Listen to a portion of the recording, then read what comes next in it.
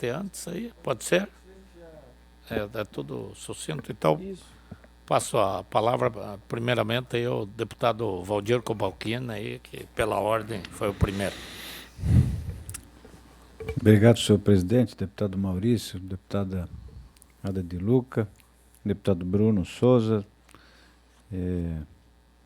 convidados a esta reunião,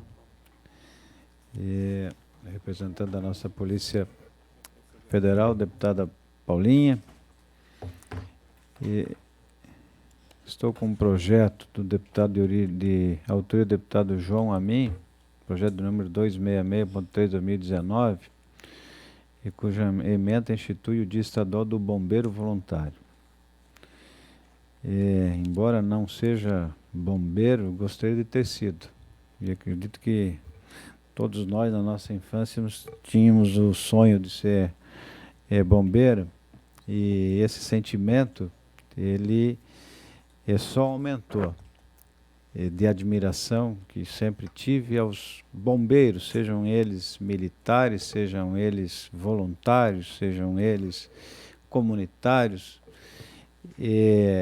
Neste caso específico, o deputado João Amin propõe, então, a instituição do Dia Estadual do Bombeiro Voluntário. Em Santa Catarina nós temos 31 corporações de bombeiros voluntários, em torno de 4.600 bombeiros voluntários. Na sua imensa maioria, diria que mais de 90% desses 4.600 são efetivamente voluntários. Eles não recebem nenhum centavo por isso. Quando convocados, eles, numa emergência, se dirigem à sede da corporação e executam o seu trabalho.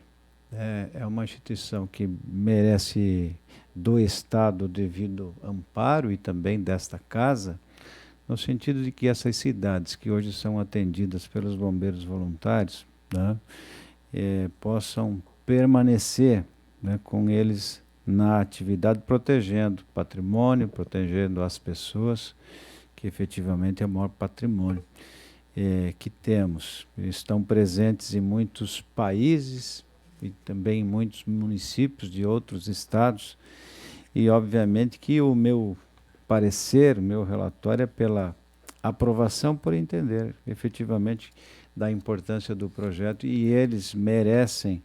Gostaria inclusive eu de ter sido autor desse projeto, não me ocorreu. Tivesse me ocorrido, certamente que o faria. Então, eu aprovo, meu voto, meu relatório é pela aprovação com estrelinhas. Em discussão, projeto 266.3/2019. Também quero dizer, senhor presidente, que também apoio o projeto, até por uma razão, porque eles muitas vezes doam a vida sem remuneração nenhuma. Isso é mais do que justo. Para mim são verdadeiros anjos da guarda, e voto de acordo com o relatório do deputado Cobalchin. Em votação, aqueles que concordam, aprovado por unanimidade. Seria isso, deputado? Deputado Bruno Souza. Boa tarde a todos que nos acompanham, boa tarde aos nossos convidados também, sejam muito bem-vindos. Boa tarde ao presidente. Meu primeiro projeto institui o Fundo de Melhoria de Perícia Oficial, o FUNPOF, que estabelece outras providências. O autor é o governo do estado de Santa Catarina. O projeto, como eu falei, ele é de autoria do governador do estado de Santa Catarina, e, segundo o autor, em sua justificativa, a proposta tem como objetivo criar o fundo de financiamento exclusivo das atividades do Instituto Geral de Perícias, desvinculando das receitas gerais da segurança pública. Não encontramos óbice algum no projeto. Sendo assim, o meu parecer é pela aprovação do projeto em tela. Em discussão, o projeto. Em votação, aprovado. O segundo projeto é o projeto de lei complementar 16.4/2019, que altera o artigo 26 da Lei 6.215 de 1983, que dispõe sobre a promoção de oficiais da Polícia Militar do Estado de Santa Catarina. Trata-se também de um projeto de autoria do governador do estado de Santa Catarina e o autor, segundo o autor, ele pondera em sua justificativa que a proposta tem como objetivo atualizar a lista de oficiais membros natos da Comissão de Promoção de Oficiais, a fim de aperfeiçoar a Lei 6.215 de 2003. Após diligência, a Comissão de Constituição e Justiça confirmou o posicionamento pela aprovação também do referido projeto. Em discussão, projeto 16.4/2019. Senhores deputados que aprovam, permaneçam como estão. Aprovado. Seria isso. Deputada Ada, Vossa Excelência não tem projeto a relatar hoje. Deputada Paulinha. Primeiro, boa tarde a todas e todos. A delegada de Polícia Federal, Clarissa, e o chefe do SINAM, delegado federal, Ricardo Cuba. Sejam bem-vindos. Presidente, eu tenho uma matéria apenas a relatar extra pauta, se Vossa Excelência me permitir. É um projeto de lei de autoria do deputado Volney, que dispõe a inclusão do tipo sanguíneo na Carteira Nacional de Habilitação de Identidade. Nós já aprovamos esse projeto na CCJ agora recém, e naturalmente que o nosso parecer é favorável. Eu não vou fazer a leitura plena para que a gente tenha celeridade e possa ouvir os nossos convidados, né? Enfim, então encaminho o parecer para a aprovação da matéria. O conteúdo do projeto dispõe sobre a inclusão do tipo sanguíneo na Carteira Nacional de Habilitação e de Identidade, que, na verdade, já tem até uma regulamentação federal para isso, né? É apenas para consubstanciar em lei estadual. Presente projeto já restou atendido, Deputada Paulinha, porque a nova... Pois só uma pergunta. Para nós fazermos isso, nós não teremos dificuldade, porque todo mundo aqui pode pagar. Como ficaria esse exame de sangue? O exame é para ser feito no momento da... Mas quem pagaria? O próprio Estado. Ah, é? Ah, então tá. Não é o Estado? Então, Vamos... Ah, verdade, me lembrei agora. A pessoa leva o atestado do tipo sanguíneo no momento que vai fazer da feitura da carteira, e é optativo, não é obrigatório, para aqueles que desejam, né? É mesmo que tem que levar o atestado tem que pagar para fazer exame de sangue. Ninguém mas sabe o tipo sanguíneo olhando. Mas por isso que, não sendo obrigatório, Ada, não fere o direito do contribuinte. Não, tá, concordo. também. Mas ele já Se não for restou obrigatório, tudo bem. atendido, porque o governo, nas mudanças que fez, aí já incluiu por decreto do Executivo. Então, na verdade, a demanda desse projeto de lei já está atendida, que a nova carteira de identidade de Santa Catarina já consta espaço para... Presidente, eu só questionei porque já é tão difícil a pessoa humilde tirar sua carteira de identidade. É justo. Né? Ainda tem que pagar um exame de sangue, que não é barato. É isso que eu pensei só, mas é uma questão de foro íntimo. Senhor presidente, eu próprio já apresentei uma matéria idêntica aqui, a época não foi aprovada, não sei exatamente, não lembro por que razão. Entendo que é uma informação preciosa no momento, especialmente de algum acidente. Se você no teu documento já dispõe que raramente alguém porta uma informação como essa entre os seus documentos. Então, eu considero realmente de muita relevância a inclusão na carteira de identidade, ou ainda que já previsto em decreto presidencial ou governamental do Estado, não sei exatamente, mas ainda assim eu sou a favor, né, para que isso seja incluído como um documento ainda que optativo, mas penso que todos nós devemos portar um documento nesse sentido. Então, o meu parecer é pela aprovação da matéria. Não, deputada, eu concordo, viu, deputada Paulina? Se for optativo, acho perfeito. Para deixar claro para uma certa classe que pode pagar. Na carteira de identidade, o Estado já regulou, e esta lei é para a CNH. Então, em votação, inclusive quando nós debatemos na comissão na CCJ, eu acho que nenhum hospital vai pelo documento. ele obrigatoriamente tem que fazer os procedimentos lá. Então, a gente diz que facilita, mas é mais assim, a gente leigo, às vezes não conhece o procedimento. O hospital não pode se basear no documento, ele é obrigado, chega o acidentado lá, usar os procedimentos normais. É mais para a pessoa saber. Então, em votação, deputados que concordam, permanecem como estão. Aprovado. Era isso, deputada? Era isso, sim, senhor presidente. Então, nós temos aqui a presença da doutora Clarissa Cassol Dalmolin, chefe do SINARME no estado de Santa Catarina, que veio representando o delegado federal Ricardo Cubas César, também o agente Rafael.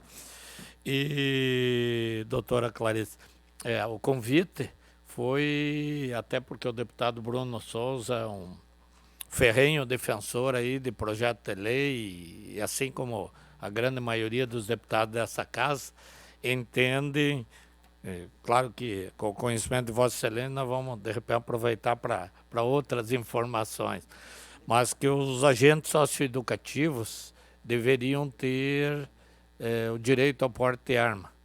E eles não estão tendo nem na instituição lá e nem guarida quando pedido na Polícia Federal, que não sei se tem alguma legislação lá, a senhora poderá esclarecer. Era isso, né, deputado Bruno? Então, não sei se a senhora gostaria de fazer alguma exposição primeiro, depois, se tiver alguma pergunta, pode ser. Passo a palavra, doutora.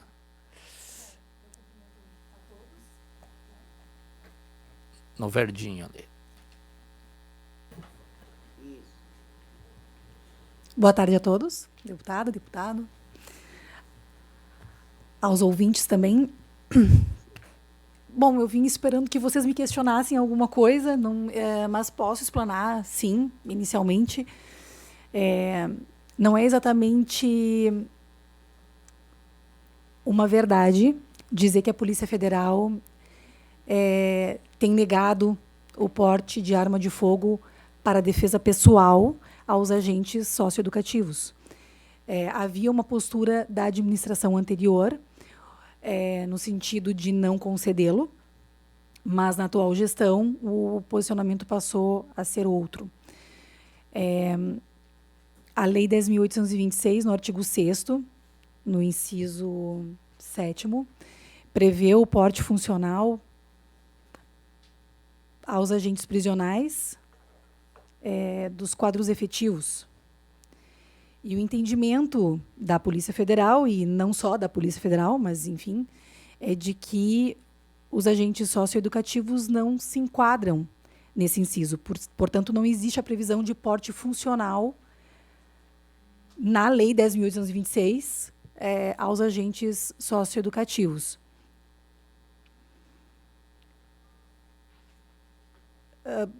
Bom, nós não somos antagonistas, né? Nós trabalhamos todos no mesmo barco e a Polícia Federal não é uma antagonista. Mas a gente precisa trabalhar adstrito ao que está previsto em lei. Eu não posso inventar, não posso fugir do que está na legislação e eu tenho que atuar dentro do princípio da legalidade. E o princípio da legalidade me amarra porque não tem previsão específica para uma situação como essa no que se refere ao porte funcional, né, que é o que está previsto no artigo 6º. Tampouco estamos dissonantes da interpretação jurisprudencial que vem sido dada em Santa Catarina a esses casos, tanto que o porte para defesa pessoal, aquele previsto no artigo 10, né, tem sido concedido aos agentes socioeducativos mediante pagamento da taxa, evidentemente, porque não tem previsão legal tampouco para isentá-los. E, claro, a antiga administração entendia que o requisito da efetiva necessidade precisava ser comprovado individualmente, pormenorizadamente, até porque é o que dispõe a lei, é o que dispõe o decreto e é o entendimento do órgão central que uniformiza a atuação das DELEACs no país. E hoje se flexibilizou um pouco no sentido de entender que a efetiva necessidade ela inicialmente se comprova pelo exercício da profissão. Claro que a gente sempre analisa outras situações, a gente procura não vincular estritamente ao exercício do cargo, mas vamos dizer que foi dado um passo adiante nesse sentido, né? E hoje em dia eu desconheço algum caso de porte para defesa pessoal solicitado por agente socioeducativo que tenha sido negado administrativamente. Deputado Bruno, fica à vontade. Muito obrigado pela presença da senhora aqui. Na verdade, a senhora já respondeu algumas perguntas que eu teria a fazer aqui também. É uma situação que nos preocupa muito, porque esses agentes socioeducativos, apesar do nome parecer um nome um pouco mais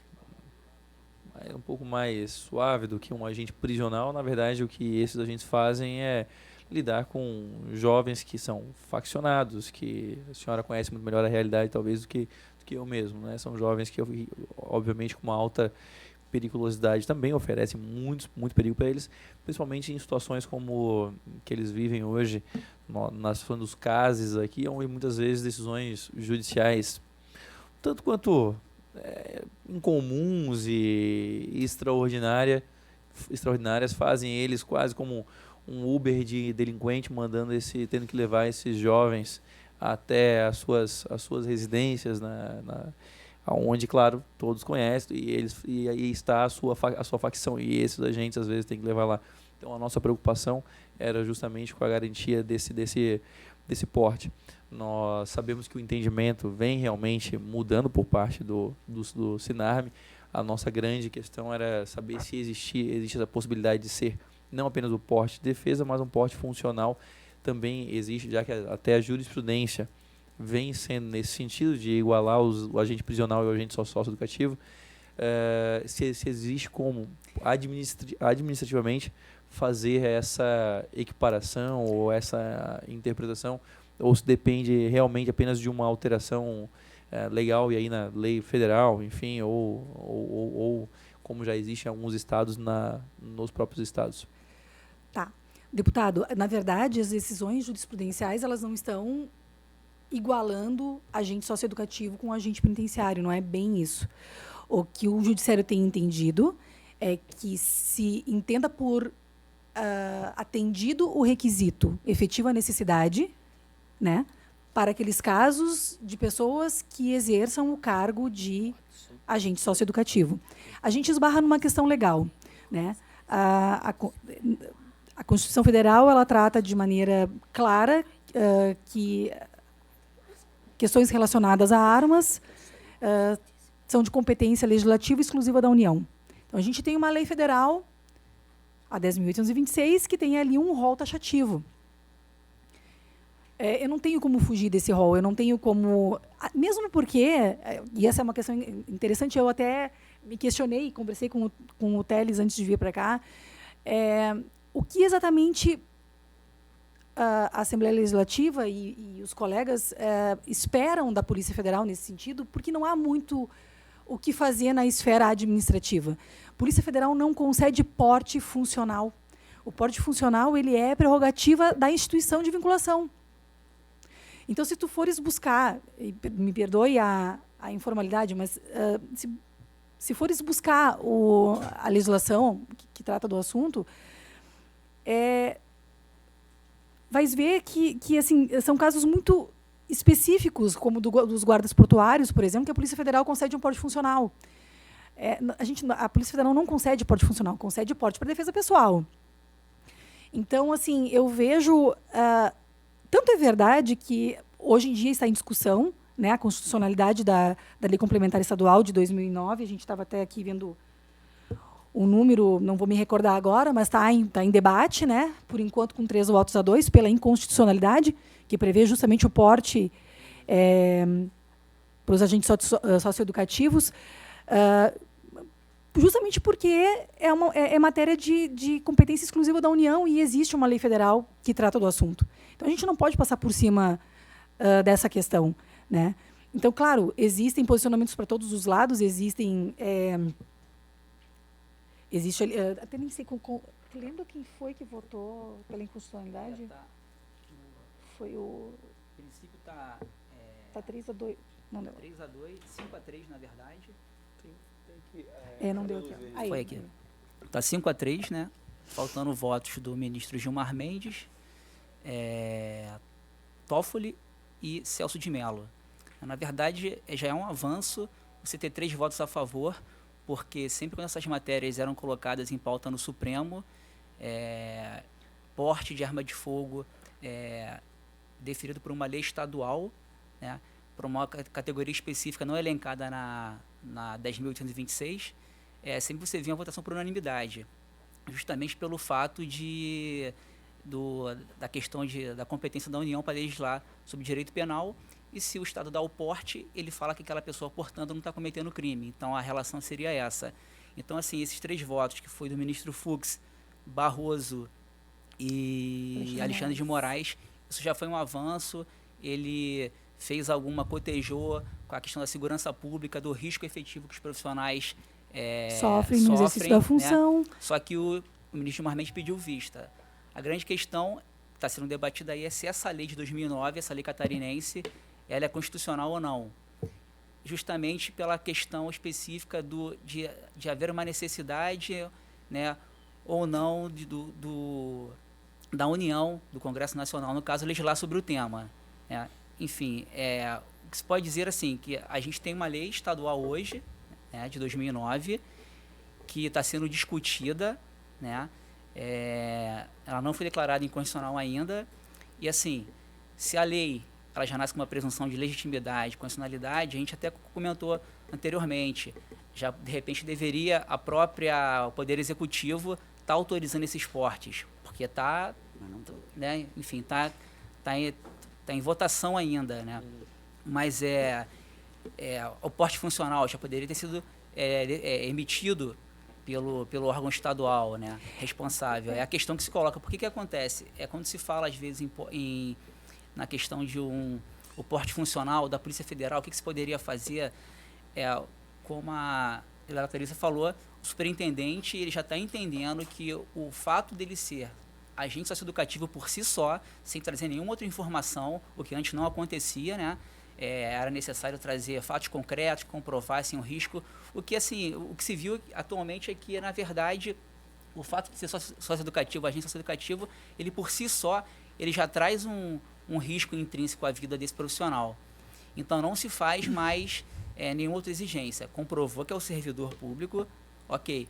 A grande questão que fica pendente, né, é o que é a questão da taxa, porque, na verdade, o Poder Executivo, a administração pública, ela não pode, a questão de uma lei que isente tributo, ela não pode estender, né?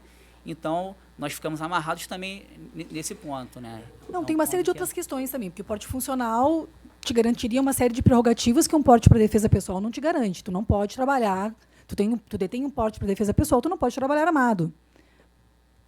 E tem uma série de outras restrições também. A questão é que, assim, quando a gente fala em efetiva necessidade, parte-se do pressuposto de um critério discricionário da autoridade que vai conferir o porte ou não, né? Então, assim, o delegado Cubas, ele tem esse entendimento com o qual eu compartilho. Na verdade, logo que ele tomou posse, nós conversamos sobre isso, porque o entendimento anterior era outro. E não necessariamente reflete a maneira de pensar do órgão central. O órgão central ainda pensa que há necessidade de algo mais, além do simplesmente comprovar que você exerce a função, que o candidato, né, o pretenso portador da arma, exerce a função de agente socioeducativo.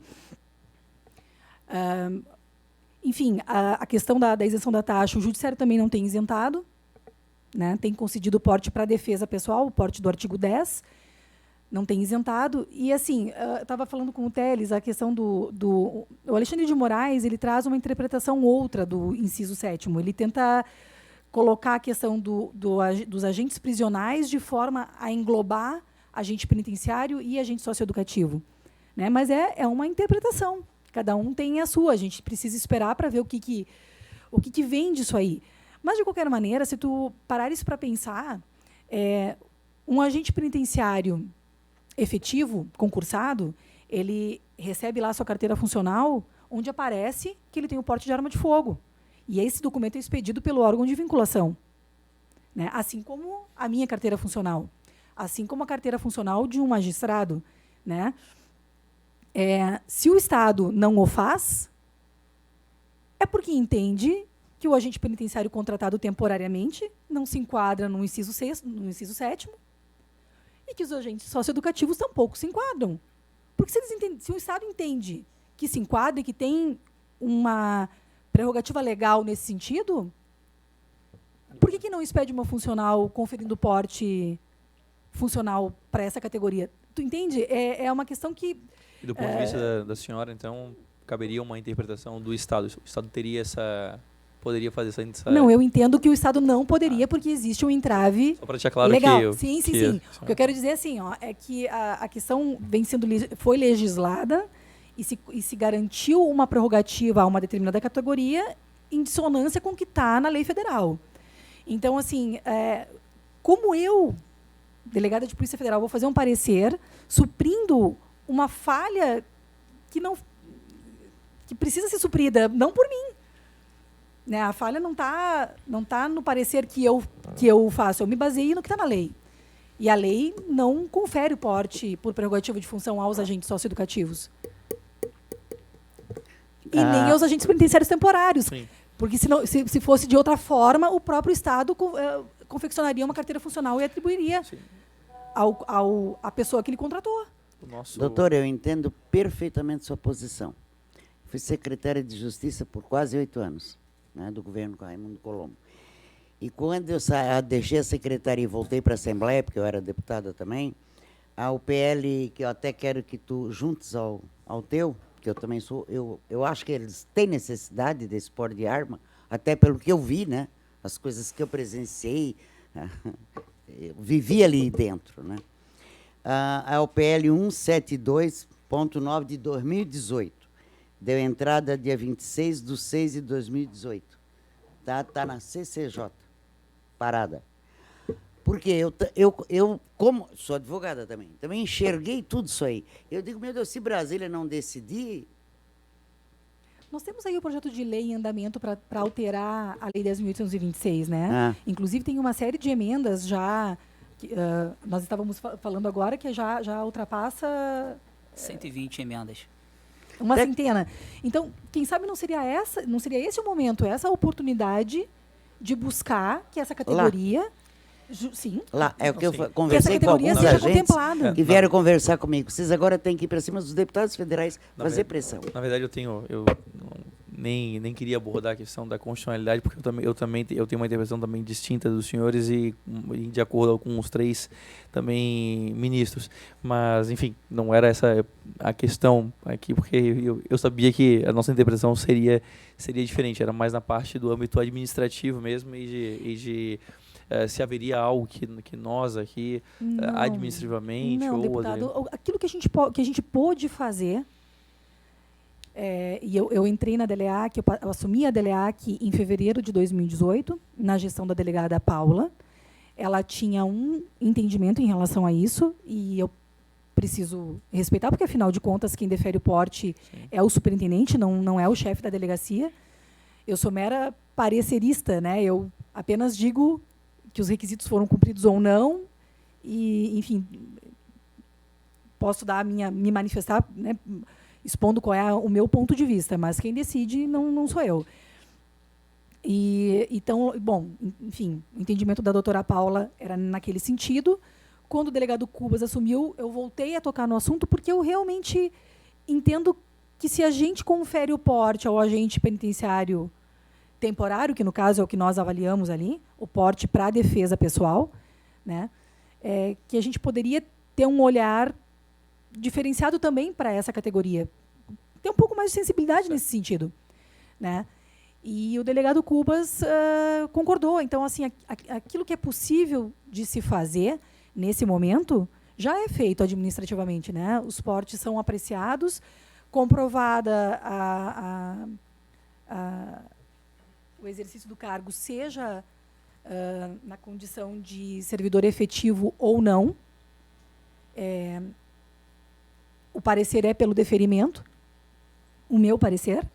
Claro que a questão do prazo de validade do documento acaba alterando, dependendo da situação. Se for um servidor efetivo, a gente fica mais atento ao que está disposto na nossa IN, que prevê ali um prazo de 3 anos. E, se for temporário, a gente fica mais preso ao prazo do contrato, que é o que dá causa à emissão do documento. Então, ou ao que dá causa ao cumprimento do requisito efetivo necessidade. Mas, assim, do ponto de vista administrativo, não há muito mais o que se fazer. E no que se refere à taxa, nem para agente penitenciário temporário e nem para agente socioeducativo, seja efetivo, seja temporário, não existe a possibilidade na esfera administrativa de isentá-los, porque o artigo 11 também traz um rol taxativo. E eu preciso me andar conforme o que dispõe a lei. Não, mas saber que já, pelo menos, que já existe essa boa vontade, eu acho, de entender a situação de risco deles. Pelo que eu entendi administrativamente, realmente não parece ter mais o que fazer. Agora, o próximo aspecto é legal, a alteração na legislação, e para que vocês possam, então, fazer o que, na verdade, ao que parece, já reconhecem, que eles vivem em situação de perigo e que estão com suas vidas expostas pela natureza do seu trabalho. Sim, a gente compreende. Não é, como eu te falei desde o começo, né, deputado? Nós não estamos numa situação de antagonistas, muito pelo contrário. Eu posso aproveitar, então, só a presença também da senhora aqui, como representante do Sinarme. Eu acredito que eu tinha algumas perguntas aqui, mas foram supridas acredito que os agentes já tiveram aqui suas questões aqui elaboradas. Mas aproveitando já a oportunidade da senhora estar aqui presente com a gente, também perguntar em relação, e como é uma comissão de segurança também, perguntar se houve alguma alteração com esse ano. Nós tivemos decreto, revoga decreto, revoga decreto, altera decreto. Como está o porte para a defesa pessoal nos outros casos? Continua iguais ou houve alguma flexibilização em algum sentido ou continuam as mesmas diretrizes? Nós tivemos o decreto 97... Calma. 9785, que trouxe um rol de categorias, né, de pessoas para as quais se presumiria, em tese, o requisito efetivo à necessidade pela simples comprovação daquela situação, né? Então, ali nós tínhamos advogados, conselho tutelar, tinha também vereadores, uma série de... Né, eu não vou lembrar de todos, mas, enfim. Esse decreto foi revogado pelo 9847, então aquela previsão que havia no decreto anterior não existe mais, e hoje a gente voltou a atuar bem nos moldes do que se fazia no início do ano com o decreto 5123 de 2004. Então, sim, a efetiva necessidade precisa ser comprovada, e não só pela simples comprovação do exercício de uma determinada profissão ou cargo. Precisa ir um pouco além. Acho que nós já tínhamos tido uma conversa numa outra ocasião sobre isso. E naquela ocasião em que conversamos, nós estávamos ainda trabalhando com base no decreto 5123. Depois daquilo houve aquela sucessão de decretos, que até facilitou para algumas categorias, mas nós já de antemão sabíamos que a questão ia ser muito polêmica, e logo vimos, né, que... Então, aqueles pedidos de porte que foram inicialmente encaminhados, nós não apreciamos, nós aguardamos o desenrolar da coisa toda, e na sequência, então, já veio o decreto novo que acabou por revogar aquele anterior, que trazia uma amplitude de situações que hoje já não temos mais. Certo. Muito obrigado. Presidente, eu estou satisfeito em relação às minhas perguntas. Mais algum deputado gostaria de... Até só para esclarecer, a transmissão começou quando nós já estávamos em andamento com a sessão, e a reunião da Comissão de Segurança Pública, e nós estamos recebendo aqui a delegada de Polícia Federal, Clarissa Cassol Dalmolin, chefe do Sinarme, representando o delegado federal Ricardo Cubas César, superintendente regional, e também o agente Rafael Teles, policial federal papiloscopista, servidor da delegacia de Eleado. Bem, queria agradecer. Mais alguma? Não? Tenho. Então, eu queria agradecer. Foi bom aí ter a presença dos representantes dos agentes socioeducativos. Algum caso, vamos dizer, mais de preocupação, pelo menos já recebemos de Vossa Senhoria a informação de que está sendo concedido o porte de defesa pessoal, mesmo não existindo o funcional vai ter que ser pela via legal.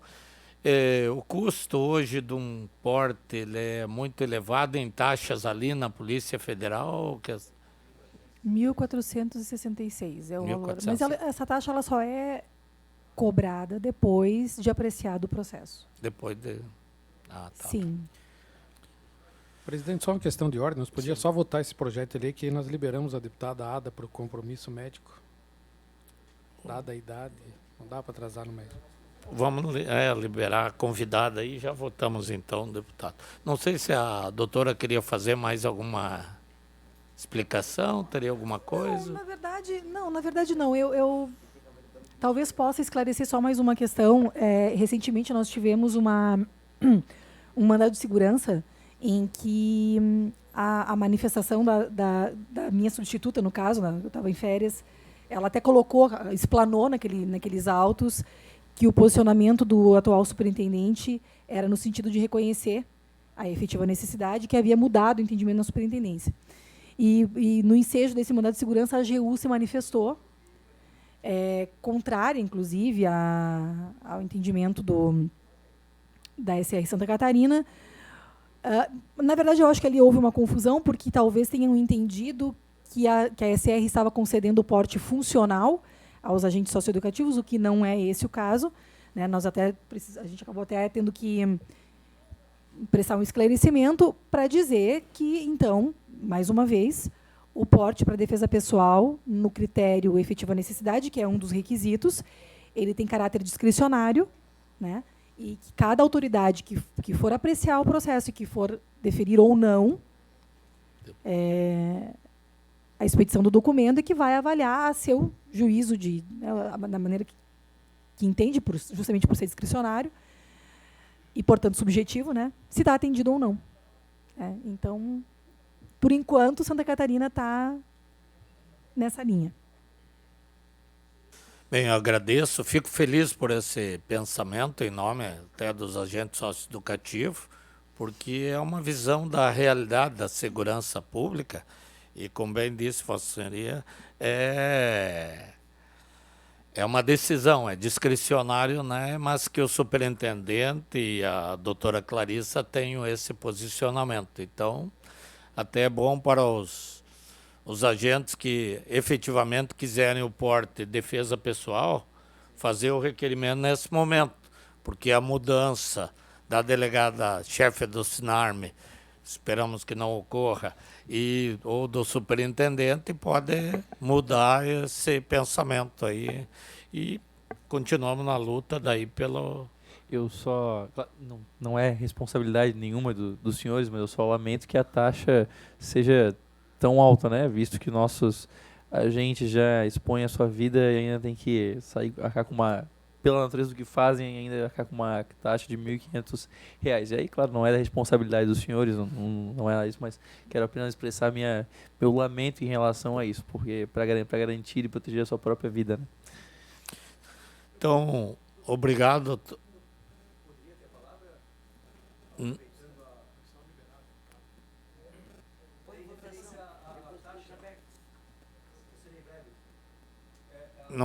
Não é normal, mas, né, vamos...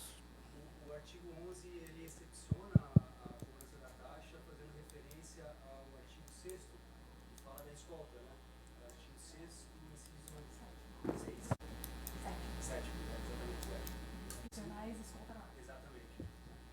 Teria como a Polícia Federal fazer uma interpretação, já que vocês estão com a vontade, como eu disse agora há pouco, fazer uma interpretação, já que a gente faz escolta assim, faz escolta de... Só o que muda é a nomenclatura, como o Bruno ressalta ali, desprezo, mas a lei diz expressões de bem e mal, e não poderia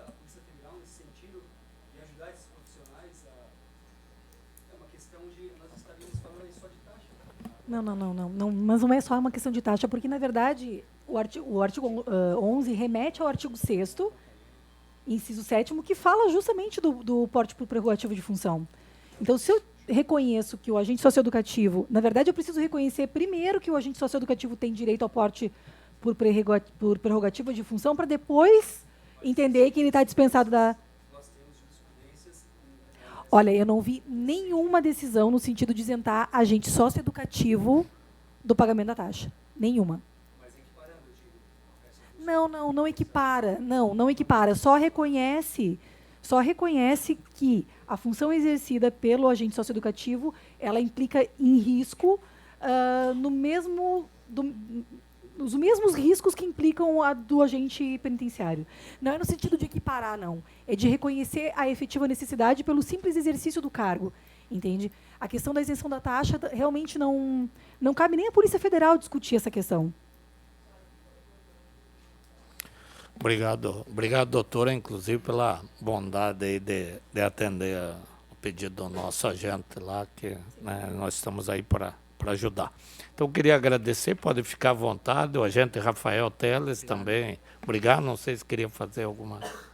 Vou só esclarecer que realmente, corroborando as palavras da delegada Clarissa, que há um entendimento claro que os profissionais eles correm esse risco, né? O que prescinde de qualquer apresentação de outros documentos concretos que comprovem alguma situação fática. Só que nós esbarramos realmente nessa questão da taxa, né? Inclusive já tem posicionamento da AGU, da Conjur, que é o órgão da AGU, junto ao Ministério da Justiça, e a questão realmente é de mudança legislativa que nós entendemos, né? Tanto é que esse pedido de vista do ministro Gilmar Mendes tem menos de um mês, isso, e ali é que está se questionando, né? Se no inciso 7º o agente socioeducativo ele está também inserido ali. Então é um tema que já afeta ao STF.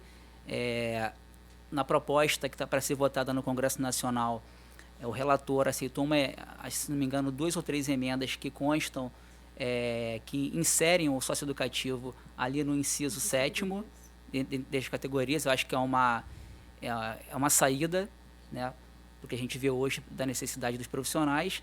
Então, acho que é aguardar, na verdade, que em breve, provavelmente, a gente vai ter uma mudança para que esses profissionais eles sejam inseridos ali, enfim, façam jus ao porte funcional de arma de fogo. Obrigado. É mais uma demonstração, porque pode quem vir assumir, exigir que tenha algum tipo de BO, algum comprovante de uma ameaça real, para depois expedir. E hoje a atual administração faz só pelo fato já de comprovar que é o agente socioeducativo. Então, obrigado, doutora Clarissa, obrigado, Rafael, aí levo nossos agradecimentos ao superintendente lá pela presença de Vossa Excelência aqui na nossa comissão. Eu passo a palavra ao deputado Fabiano para relatar o projeto que ainda tem em mãos. Rapidinho, presidente, é o projeto de lei 0106, que dispõe sobre a denominação de batalhões de polícia militar, de autoria do deputado Fernando Krelin. O projeto, na verdade, tem a finalidade de homenagear, com nomeação de batalhões policiais militares já falecidos de reconhecida idoneidade e que tenham prestado relevantes serviços ao Estado de Santa Catarina, né, que hoje, atualmente, os batalhões são denominados com números e assim poderiam ser com nomes, e o parecer é pela aprovação, senhor presidente. Em discussão o projeto. Em votação, senhores deputados, concordam com a aprovação, permaneçam como estão. Aprovado. Mais algum assunto? Então, agradecemos a presença de todos os senhores deputados, senhora deputada. A deputada Paulinha teve que sair por antecedência e por causa de um outro compromisso, e o deputado Milton Obos justificou a ausência em razão de outro compromisso. Então, agradecendo a todos, damos por encerrada.